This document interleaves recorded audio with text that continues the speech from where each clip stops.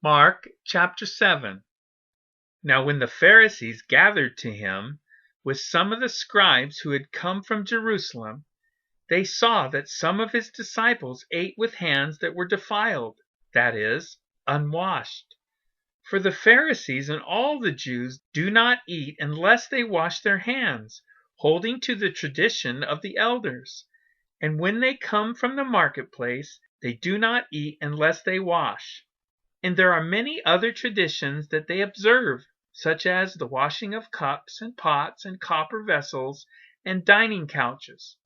And the Pharisees and the scribes asked him, "Why do your disciples not walk according to the tradition of the elders, but eat with defiled hands?" And he said to them, "Well did Isaiah prophesy of you hypocrites, as it is written, 'This people honors me with their lips, but their heart is far from me. In vain do they worship me, teaching as doctrines the commandments of men.' You leave the commandment of God and hold to the tradition of men." And he said to them, "You have a fine way of rejecting the commandment of God in order to establish your tradition. For Moses said, 'Honor your father and your mother,' and 'Whoever reviles father or mother must surely die.' But you say, 'If a man tells his father or his mother, whatever you would have gained from me is Corban, that is, given to God,' then you no longer permit him to do anything for his father or mother, thus making void the word of God by your tradition that you have handed down, and many such things you do."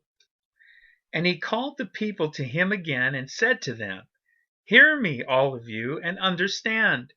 There is nothing outside a person that by going into him can defile him, but the things that come out of a person are what defile him."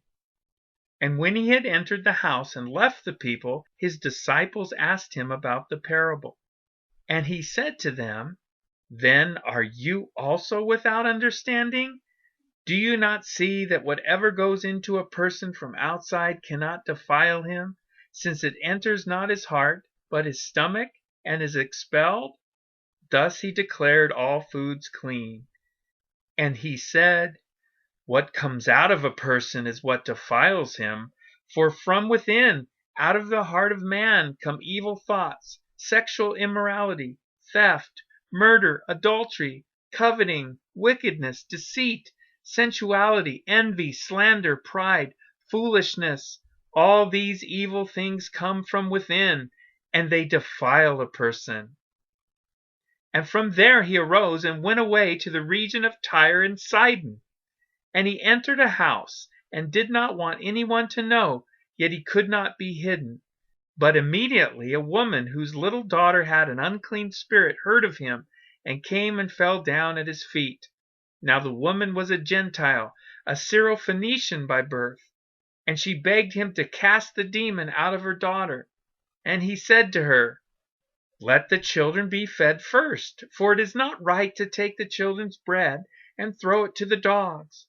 But she answered him, "Yes, Lord, yet even the dogs under the table eat the children's crumbs." And he said to her, "For this statement you may go your way. The demon has left your daughter." And she went home and found the child lying in bed, and the demon gone. Then he returned from the region of Tyre and went through Sidon to the Sea of Galilee, in the region of the Decapolis. And they brought to him a man who was deaf and had a speech impediment, and they begged him to lay his hand on him. And taking him aside from the crowd privately, he put his fingers into his ears, and after spitting, touched his tongue. And looking up to heaven, he sighed and said to him, "Ephphatha," that is, "Be opened." And his ears were opened, his tongue was released, and he spoke plainly.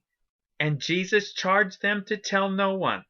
But the more he charged them, the more zealously they proclaimed it.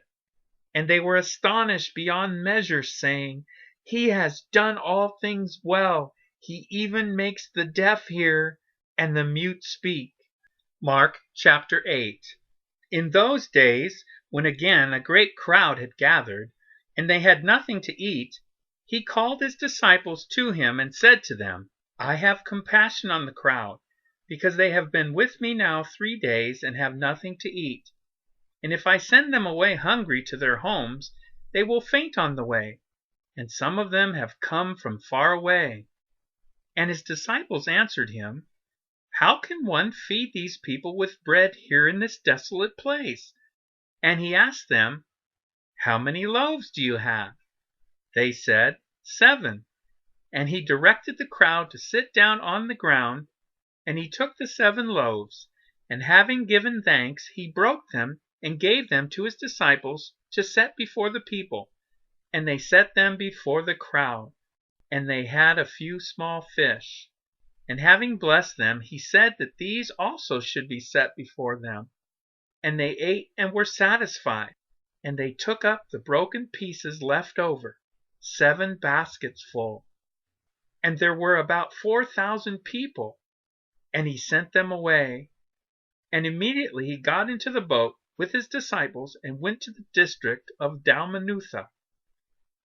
The Pharisees came and began to argue with him, seeking from him a sign from heaven to test him. And he sighed deeply in his spirit and said, Why does this generation seek a sign? Truly I say to you, no sign will be given to this generation. And he left them, got into the boat again, and went to the other side. Now they had forgotten to bring bread, and they had only 1 loaf with them in the boat. And he cautioned them, saying, Watch out! Beware of the leaven of the Pharisees and the leaven of Herod. And they began discussing with one another the fact that they had no bread. And Jesus, aware of this, said to them, Why are you discussing the fact that you have no bread? Do you not yet perceive or understand? Are your hearts hardened? Having eyes, do you not see? And having ears, do you not hear? And do you not remember? When I broke the 5 loaves for the 5,000, how many baskets full of broken pieces did you take up? They said to him, 12. And the 7 for the 4,000, how many baskets full of broken pieces did you take up? And they said to him, 7. And he said to them, Do you not yet understand? And they came to Bethsaida, and some people brought to him a blind man and begged him to touch him. And he took the blind man by the hand and led him out of the village. And when he had spit on his eyes and laid his hands on him, he asked him, Do you see anything? And he looked up and said, I see men, but they look like trees, walking. Then Jesus laid his hands on his eyes again, and he opened his eyes. His sight was restored, and he saw everything clearly. And he sent him to his home, saying, Do not even enter the village. And Jesus went on with his disciples to the villages of Caesarea Philippi.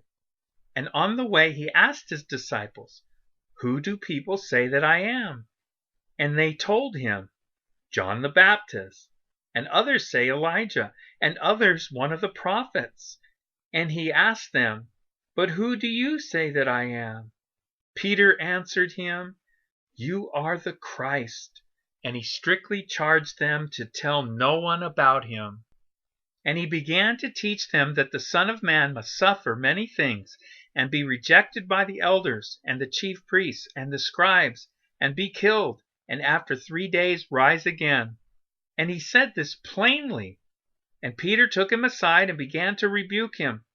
But turning and seeing his disciples, he rebuked Peter and said, Get behind me, Satan, for you are not setting your mind on the things of God, but on the things of man.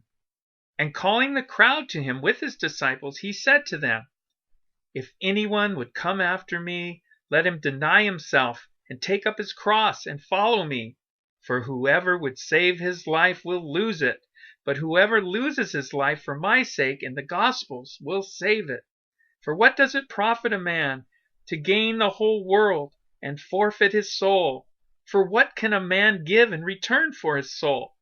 For whoever is ashamed of me and my words in this adulterous and sinful generation, of him will the Son of Man also be ashamed when he comes in the glory of his Father with the holy angels."